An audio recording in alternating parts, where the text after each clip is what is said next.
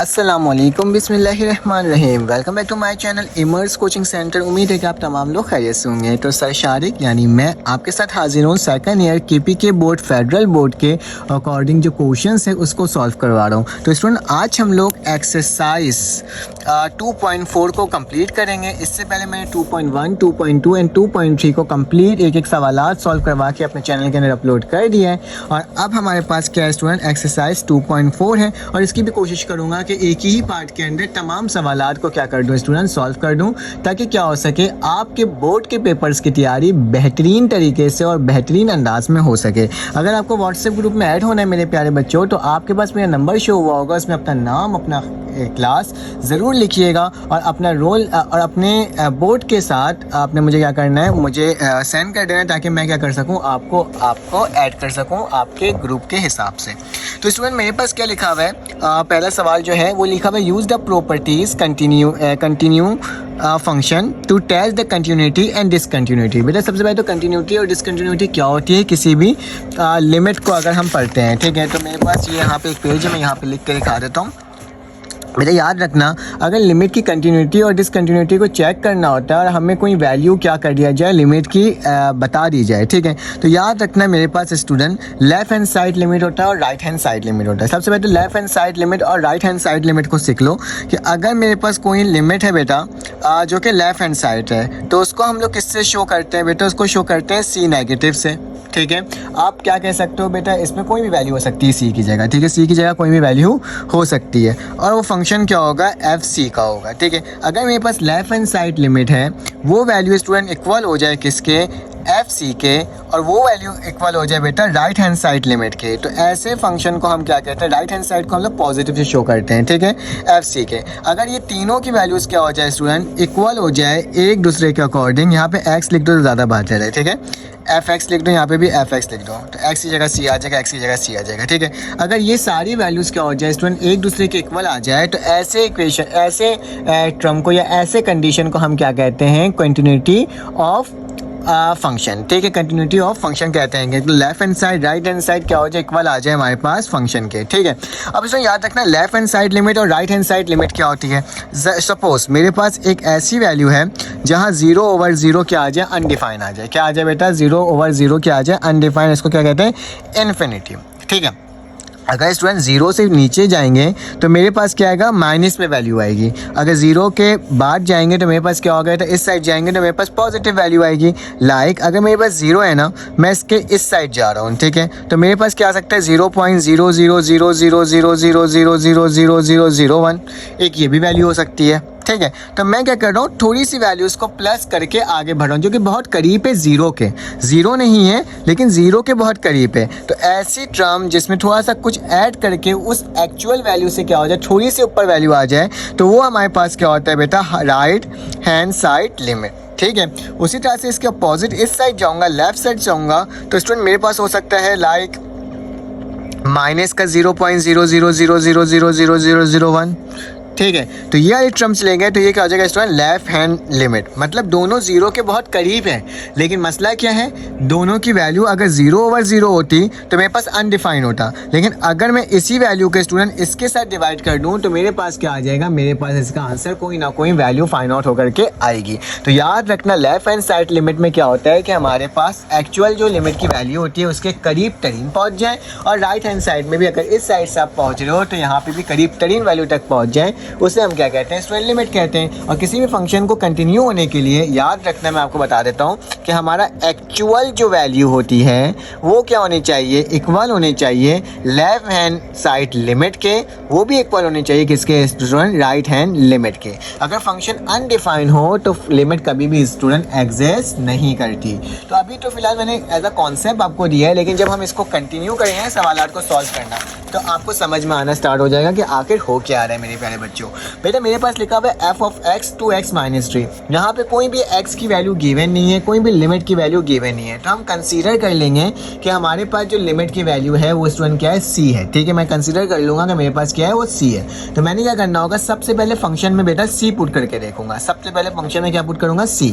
तो मेरे पास क्या आ गया, 2c - 3, तो पहली वैल्यू तो बेटा मेरे पास ये फाइंड आउट होकर के क्या आ गई, अब बेटा मैंने क्या करना होगा, अब फंक्शन में मैं लिमिट अप्लाई करूंगा। क्या लिमिट अप्लाई करूंगा, चाहे तो राइट हैंड साइड लिमिट भी हो सकती है और लेफ्ट हैंड साइड लिमिट भी हो सकती है। मैं फिलहाल सिर्फ लिमिट अप्लाई कर रहा हूँ क्योंकि मेरे पास कोई वैल्यू गिवन इसके अंदर नहीं है। तो मैंने क्या करा बेटा, कंडीशन नंबर 2 को प्रूव करने के लिए मैंने लिमिट अप्लाई कर दिया कि लेट x बराबर स्टूडेंट सी के function of f of x की वैल्यू क्या है बेटा, दोबारा से लिमिट लगाऊंगा, x रेस टू c लिखूंगा और यहाँ पे क्या लिख दूंगा 2x माइनस का 3।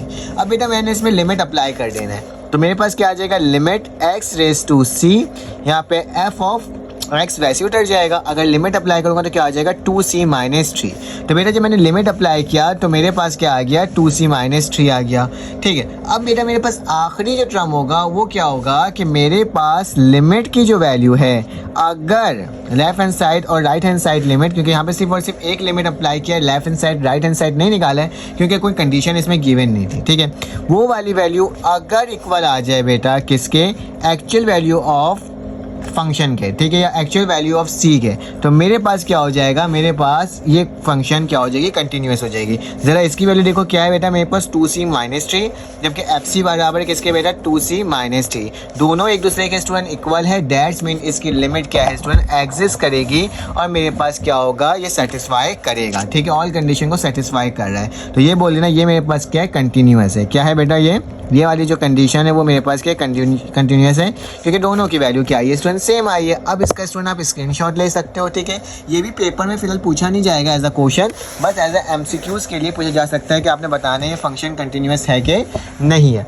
चलो आज जब इसके नेक्स्ट पार्ट को सॉल्व करते हैं और देखते हैं कि मेरे पास स्टूडेंट क्या आ रहा है। ठीक है, तो चलो आ जाओ।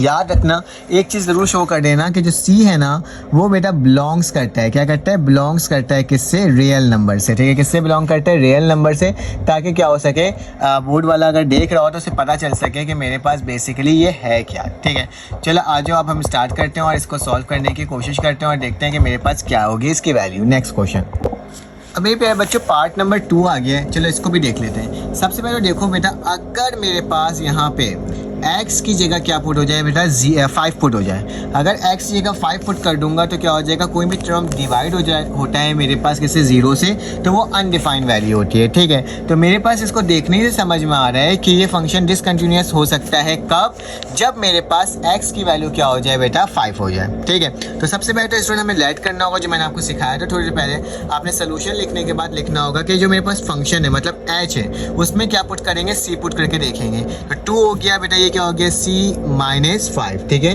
तो एक वैल्यू मेरे पास निकल कर आ गई। इसको मैं बोल सकता हूँ कि c belongs to all real number. ठीक है, किससे बिलोंग्स कर रहा है बेटा, रियल नंबर से बिलोंग कर रहा है। ठीक है, उसके बाद क्या करेंगे, अब मैं इसमें लिमिट अप्लाई करूंगा। ठीक है, लिमिट फंक्शन को अप्लाई करूंगा कि लिमिट जो मेरे पास है x raise to c f of x के अंदर। ठीक है, इसको मैं अप्लाई करके देखूंगा, बोलूंगा कि ये मेरे पास एग्जिस्ट करता है कि नहीं। ठीक है, तो इसको मैं चेक कर लेता हूँ। तो बेटा मेरे पास इसको चेक करने के लिए मेरे पास क्या होगा, मैं यहाँ पे भी लिमिट लगाऊंगा और वहाँ पे भी लिमिट लगाऊंगा। लिमिट लिखा बेटा x रेस टू क्या हो जाएगा, c h ऑफ c। ठीक है, या h ऑफ x बोल दो।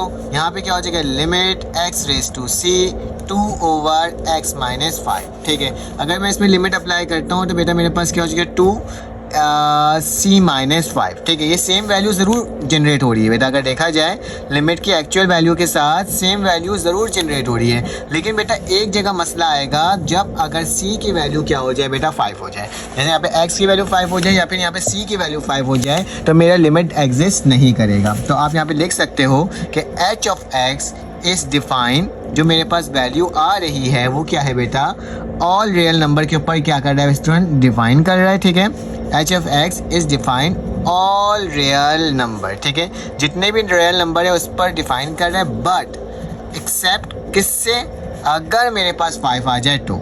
ठीक है, 5 आ जाए तो क्या हो जाएगा, गलत हो जाएगा। ठीक है, लिखोगे आप इसके बाद कि ये h ऑफ c मेरे पास है कि नहीं है, आपके पास लाइक है फंक्शन है कि नहीं है, तो आप बोलोगे इस कंटिन्यूअस, ये मेरे पास कंटिन्यूअस है जब क्या हो, जब मेरे पास रियल नंबर की वैल्यू क्या हो, तमाम वैल्यूज़ हो। ठीक है, यहाँ पे लिख सकता हूँ h x is continuous.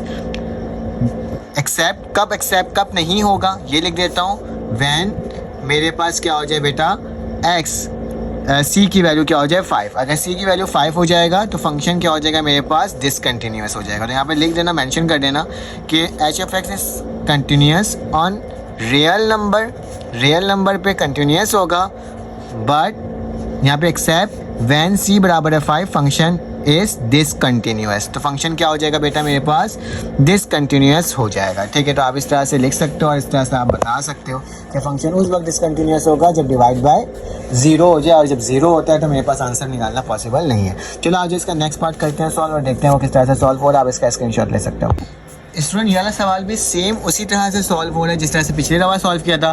Function कब डिसकंटिन्यूअस होगा बेटा, जब x की वैल्यू प्लस का 3 हो जाए और जब x की वैल्यू माइनस का 2 हो जाए। जब ये दो वैल्यू पुट होगी तो मेरे पास फंक्शन क्या हो सकता है बेटा, डिसकंटिन्यूअस हो सकता है। ठीक है, तो चलो आज इसको सॉल्व करने की कोशिश करते हैं। तो सबसे पहले बेटा सोल्यूशन लिखने के बाद मैं क्या करूँगा, g ऑफ c पुट करूँगा। ठीक है, तो मेरे पास क्या हो जाएगा, g ऑफ c का मतलब c minus 5 divided by c minus 3, और यहाँ पे क्या हो जाएगा c प्लस 3। स्टूडेंट ये मैंने आपके सामने लिख दिया।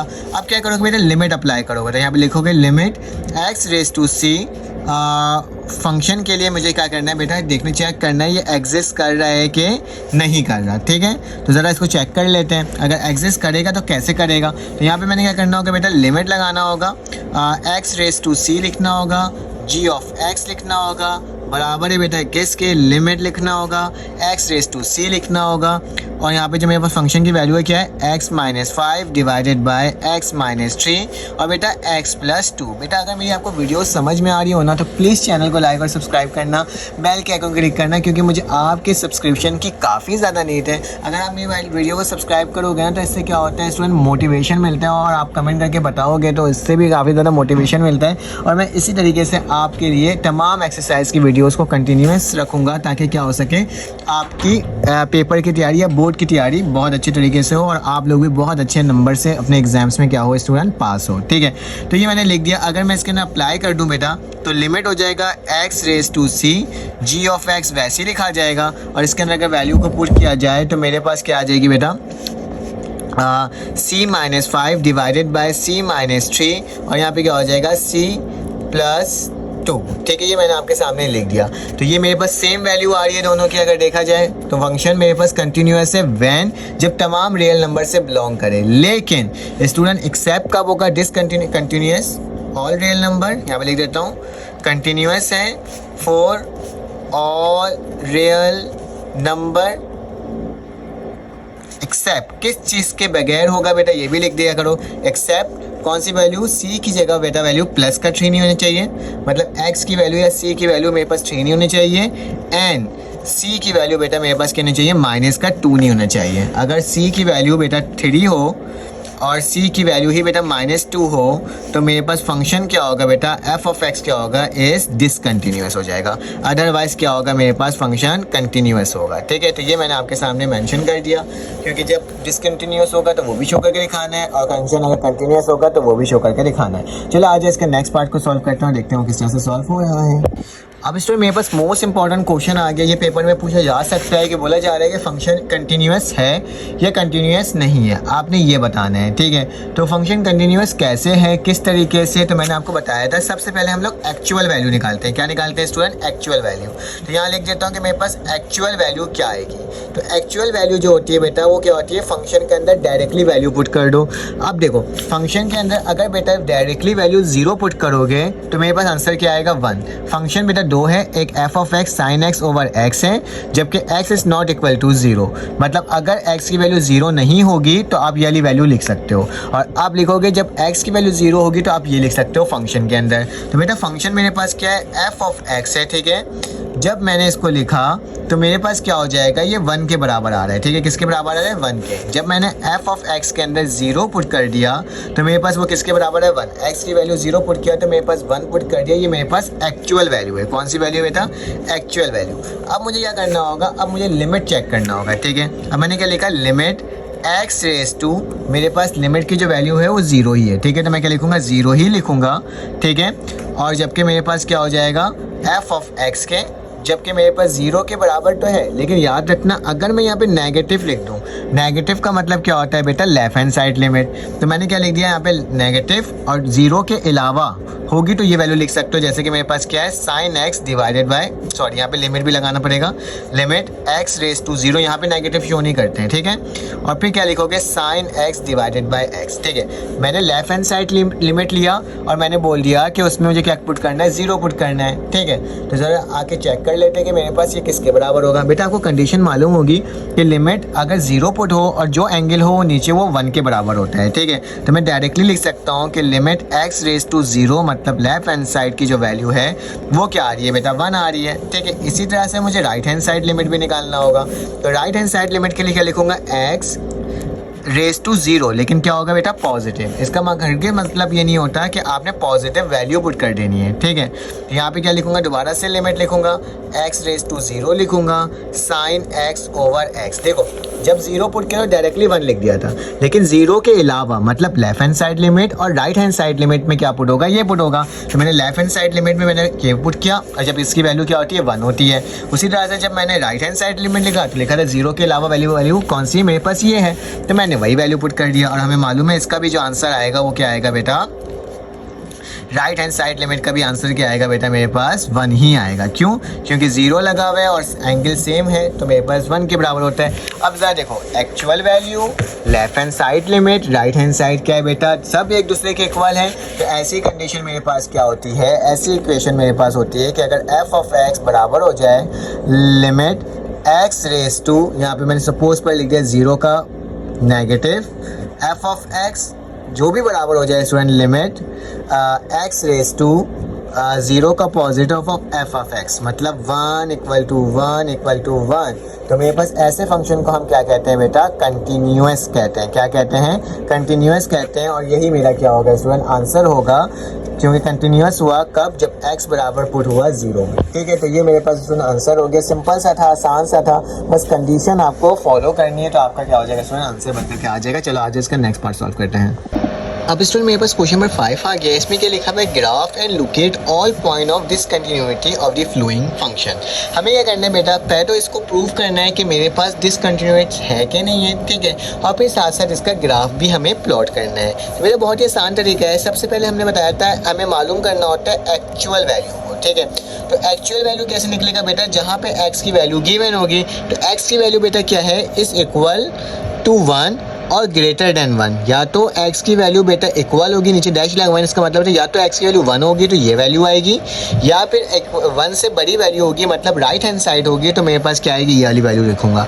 अगर 1 से छोटी वैल्यू है तो दैट्स मीन मेरे पास क्या होगा बेटा, मेरे पास हो जाएगा लेफ्ट हैंड साइड लिमिट। तो एक्चुअल वैल्यू निकालने के लिए मैं करूँगा एफ ऑफ एक्स बराबर है किसके स्टूडेंट, जब 1 पुट करूँगा तो 5 माइनस एक्स होगा, ठीक है। अब इसमें एफ ऑफ 1 पुट कर देता हूँ, ठीक है।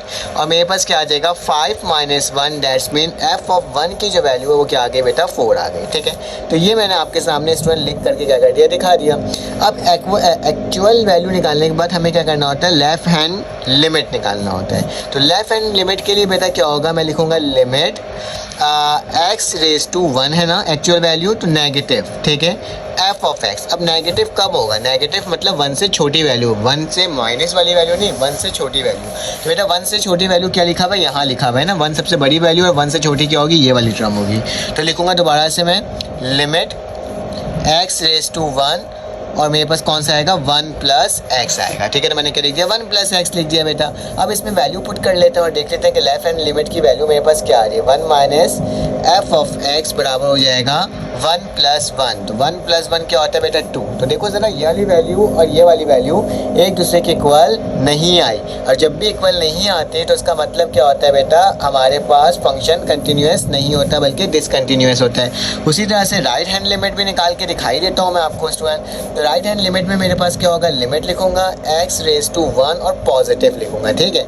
और एफ ऑफ एक्स बराबर हो जाएगा लिमिट एक्स रेस टू दोबारा से 1। बेटा कौन सी वैल्यू पुट करेंगे जो 1 से बड़ी हो, तो मैंने बोला ना 1 हो या 1 से बड़ी वैल्यू ये वाली होती है, ठीक है।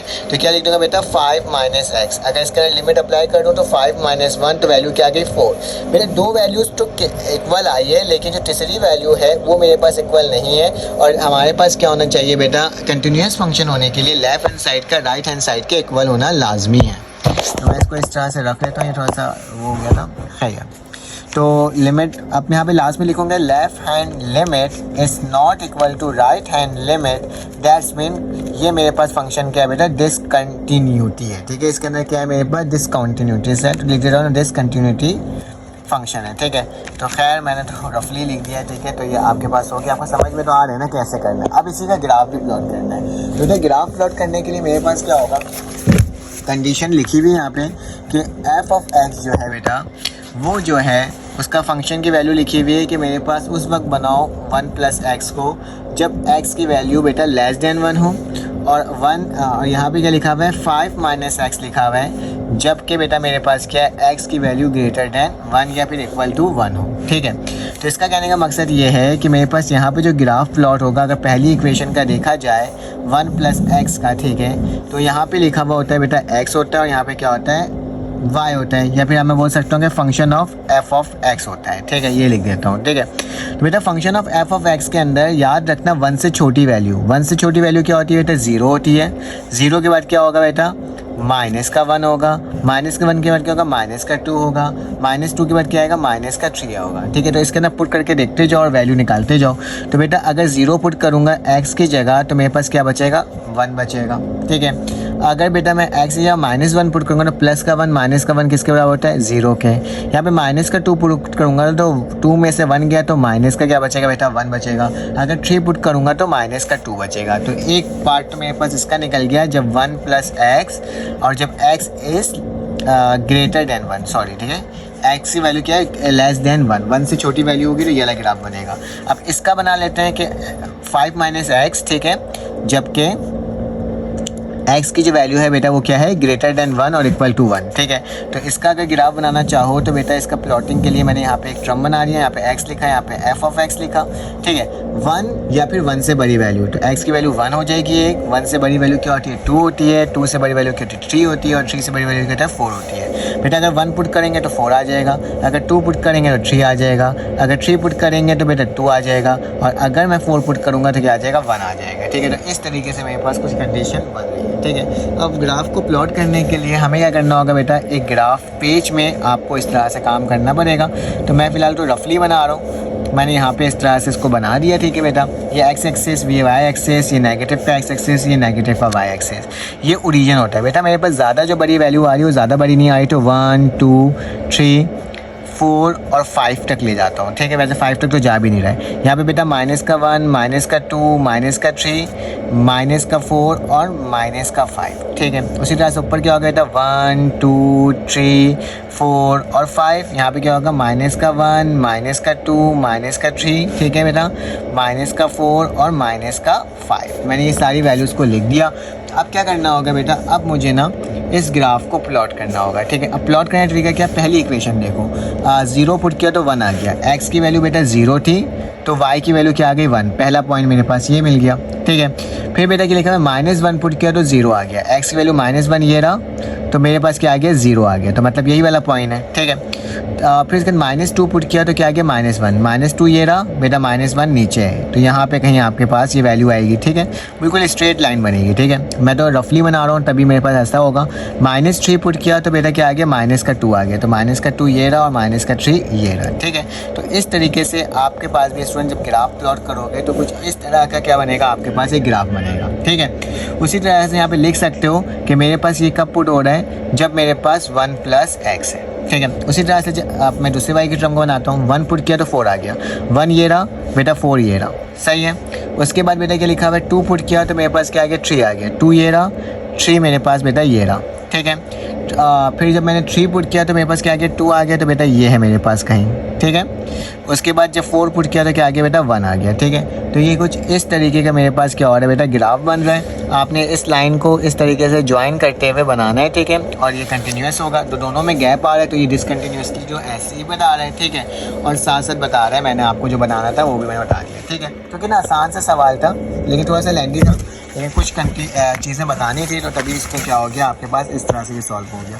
चलो आज बेटा इसका नेक्स्ट पार्ट सॉल्व करता हूँ, देखते हैं वो किस तरह से सॉल्व हो रहा है। मेरा जिस तरह से ये भी गिर गया, खैर आपने स्क्रीनशॉट तो स्टूडेंट ले ही लिया होगा। चलो आज इसका नेक्स्ट पार्ट करते हैं। अब बेटा मेरे पास पार्ट नंबर बी आ गया है। इसमें लिखा हुआ है इफ़ x की वैल्यू 0 से छोटी है तो ये -x पुट करोगे, जब x की वैल्यू बेटा 0 के बराबर है तो 1 पुट करोगे, और जब x की वैल्यू बेटा 0 है, 0 से बड़ी है तो मेरे पास क्या हो जाएगा x। तो बेटा ये लेफ्ट हैंड साइड लिमिट, ये राइट हैंड साइड लिमिट, ये एक्चुअल वैल्यू। तो इसको निकाल लेते हैं बेटा। सबसे पहले एक्चुअल वैल्यू, तो एक्चुअल वैल्यू निकालने का तरीका क्या होता है बेटा मेरे पास कि मैं लिखूंगा f ऑफ x बराबर है किसके बेटा 1 के, ठीक है। 1 के बराबर क्यों आया, क्योंकि इसमें एक्चुअल वैल्यू अगर 0 पुट करो तो मेरे पास 1 आ रही है, ठीक है। तो पहली कंडीशन तो मैंने ये निकाल दिया। लेफ्ट हैंड लिमिट निकालना है, तो लेफ्ट हैंड लिमिट में क्या होता है बेटा आपको बहुत अच्छे से समझा दिया है मैंने कि आपने क्या लिखना होता है, लिमिट लिखना होता है x रेज टू 0 है तो 0 नेगेटिव यहाँ पे लिखूंगा, f ऑफ x लिखूंगा और देखूंगा 0 नेगेटिव कहाँ आएगी, 0 से छोटी वैल्यू कौन सी बेटा ये है, तो लिखूंगा दोबारा से लिमिट x रेज टू 0 और यहाँ पे क्या आ जाएगा माइनस का x आ जाएगा, ठीक है। अगर बेटा इसके अंदर 0 पुट कर दो तो मेरे पास क्या आंसर आएगा 0 आएगा, ठीक है। तो मैं अब लिख देता हूँ limit x raise to negative f of x बराबर आ जाएगा 0 के। तो बेटा दोनों वैल्यूज तो चेंज आ रही है तो ये फंक्शन क्या होगा डिसकंटिन्यूअस होगा। उसी तरह से राइट हैंड लिमिट भी निकाल लेता हूँ बेटा, क्योंकि एक्चुअल वैल्यू का अगर इक्वल नहीं आता है तो दैट्स मीन मेरे पास क्या हो गया गलत हो गया, ठीक है। 0 प्लस लिखा, f ऑफ x लिखा, अगर प्लस है 0 से बड़ी वैल्यू तो बेटा क्या है मेरे पास x लिखाएगा, ठीक है। तो मैंने यहाँ पे लिमिट लिखा, दोबारा से x रेज टू 0 लिखा और यहाँ पे क्या लिख दिया बेटा x लिख दिया। लिमिट अप्लाई करोगे राइट हैंड लिमिट को तो बेटा मेरे पास क्या आ जाएगा, वही आ जाएगा जो कि हमने सॉल्व कराया था 0। तो बेटा right hand side limit left hand side limit तो दोनों सेम है, लेकिन एक्चुअल वैल्यू क्या बेटा अलग है। तो मतलब मेरे पास क्या हो गया 0 इज नॉट इक्वल टू 1, तो ये मेरे पास क्या हो जाएगा डिसकंटिन्यूअस हो जाएगा, ठीक है। तो ये मैंने आपके सामने स्टूडेंट लिख करके बता दिया और ये सॉल्व हो गया।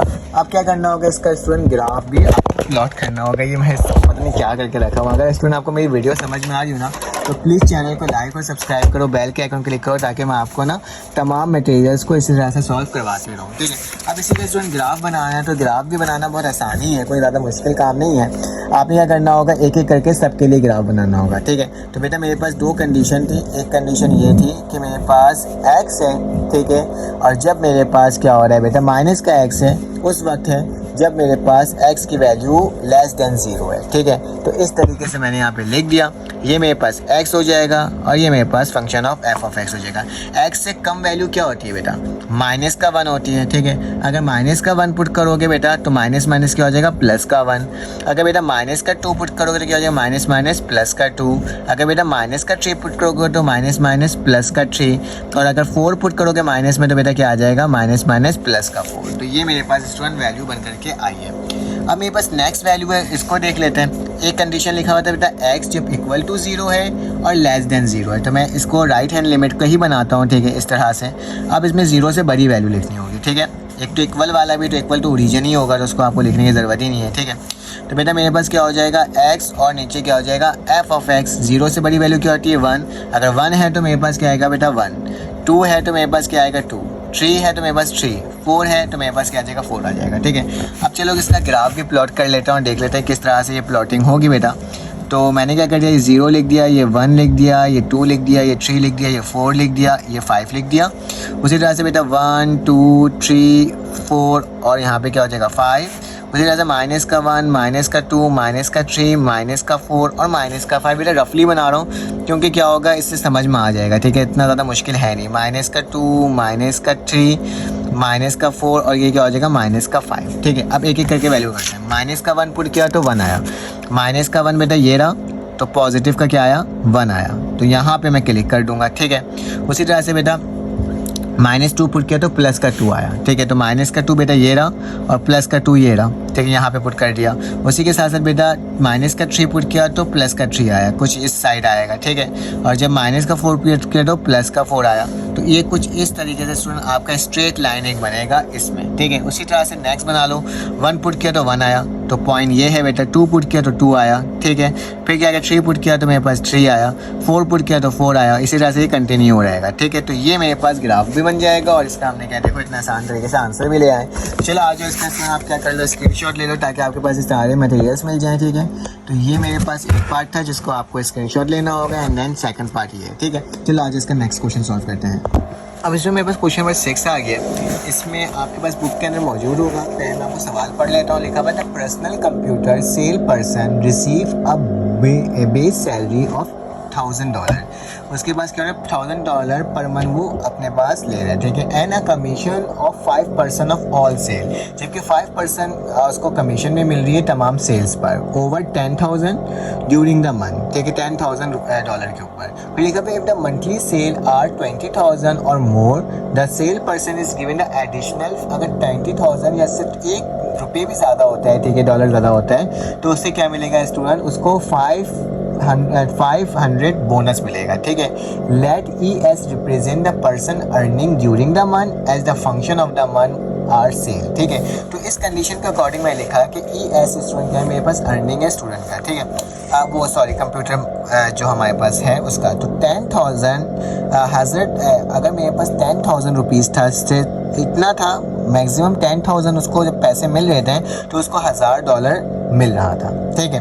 अब क्या हुआ बेटा, इसका अगर 10,000 से थोड़ा सा हमारे पास इंक्रीज होगा, लेकिन इंक्रीज से पहले सेकंड सिनेरियो में लिखा हुआ है कि उसको पूरे ऑल सैलरी पर कितना मिल रहा था बेटा, 5% एडिशनल सेल टैक्स भी मिल रहा था, ठीक है। तो मैंने 5% ऑफ सेल लिख दिया। जबकि सेल अगर मेरे पास 20,000 हो रहा है तो मेरे पास ये कंडीशन है, तो मैंने 20,000 भी लिख दिया साथ साथ, ठीक है। अगर 20,000 से मोर होगा तो फिर प्लस क्या कर देंगे बेटा, 500 कर देंगे, ठीक है। तो मैंने क्या करा, 5% को 100 से मल्टीप्लाई डिवाइड किया तो 0.05 आ गया। 20,000 उसको मिल रहे थे प्लस 500 एडिशनल मैंने ऐड किया है जब उसके पास 20 से अबव होगा, ठीक है। तो अगर मेरे पास 20,000 से उसने एक अबव भी कमा लिया, इससे ज़्यादा कमा लिया, तो क्या हो जाएगा स्टूडेंट, उसको 500 मिलेगा, ठीक है। तो $500 भी ऐड कर दिया, तो इसका जो टोटल आंसर आ रहा है वो क्या आ रहा है, 2500, ठीक है। तो यही हमारे पास आंसर था, ठीक है। अगर वो इतना करता है तो उसके पास $25,000 होगा, अदर 2,500 होगा। जबकि अदरवाइज उसका अगर 10,000 है या 10,000 से कम है तो उसकी जो प्राइस होगी वो कितनी होगी, $1000 होगी, ठीक है। अब इसी का ग्राफ बनाने बोला था, ठीक है। तो मैंने यहाँ पे 10,000, 20,000 और यहाँ पे $1,000 सेकंड, $2,000 और $4,000 तक लेकर चले गया। मेरे सवाल में लिखा हुआ था कि अगर मेरे पास 10,000 वो ले रहा है तो मेरे पास क्या आएगा, $1000 वो ले रहा था, ठीक है। 10,000 तो मेरे पास क्या था, $1000 था। तो देन मैंने इसको इस तरह से ग्राफ बना दिया। अब स्टूडेंट उससे 20,000 लिया, तो 20,000 जब वो ले रहा था तो उसके पास मेरे पास कितना आता, जब इसको कंप्लीट करोगे 20,000 विद सेल टैक्स, तो मेरे पास आ जाएगा 25 जो मैंने निकाला है यहाँ पे वैल्यू इसके साथ साथ, ठीक है, बोनस के साथ साथ। तो याद रखिए जब 20,000 था तो मेरे पास बेटा यहाँ पे 2,000 के करीब था, ठीक है। फिर इसमें क्या हुआ बेटा, थोड़ा सा इंक्रीमेंट लगा क्योंकि उसने क्या करा, पैसे को ज़्यादा कमाया, ठीक है। जैसे ही पैसे को ज़्यादा कमाया तो वो कहाँ तक पहुँच जाएगा बेटा, 25,000 तक पहुँच जाएगा, ठीक है। ये एक लाइन थी मेरे पास, ये वाली लाइन आपको ड्रॉ करने की ज़रूरत नहीं है, ठीक है। ये मैंने गलती से कर लिया था। जब ये यहाँ तक पहुँचा तो ये क्या हो गया स्टूडेंट, $2,500 तक ये पहुंच गया, ठीक है। ये जो मेरे पास ये क्या इंक्रीमेंट हुई है इसकी डॉलर में। फिर देन और क्या होगा, और इंक्रीमेंट होगा। तो इस तरीके से होते जाएगा उसका, अगर डॉलर बढ़ते जाएगा और उसके सेल टैक्स में इजाफा होते जाएगा तो इस तरह से उसके इंक्रीमेंट स्टार्ट हो जाएगी, ठीक है। तो ये मेरे पास क्या हो गया स्टूडेंट, इसका बोनस हुआ, 500 ऐड करा, 2,000 उसका बन रहा था, क्योंकि जब इसको सॉल्व करोगे तो स्टूडेंट 1,000 बनेगा, ठीक है। 1,000 प्लस 1,000 कितना होता है, 2,000। जब 2,000 हो जाएगा तो उसमें हमने क्या करा, इंक्रीमेंट हुआ, तो मेरे पास कितना आ जाएगा, 25,000। तो यही मेरा एक ग्राफ बनाना था, सिंपल सा था। इसको हमने क्या कर लिया स्टूडेंट, सॉल्व कर लिया। चलो आज इसका नेक्स्ट पार्ट करते हैं।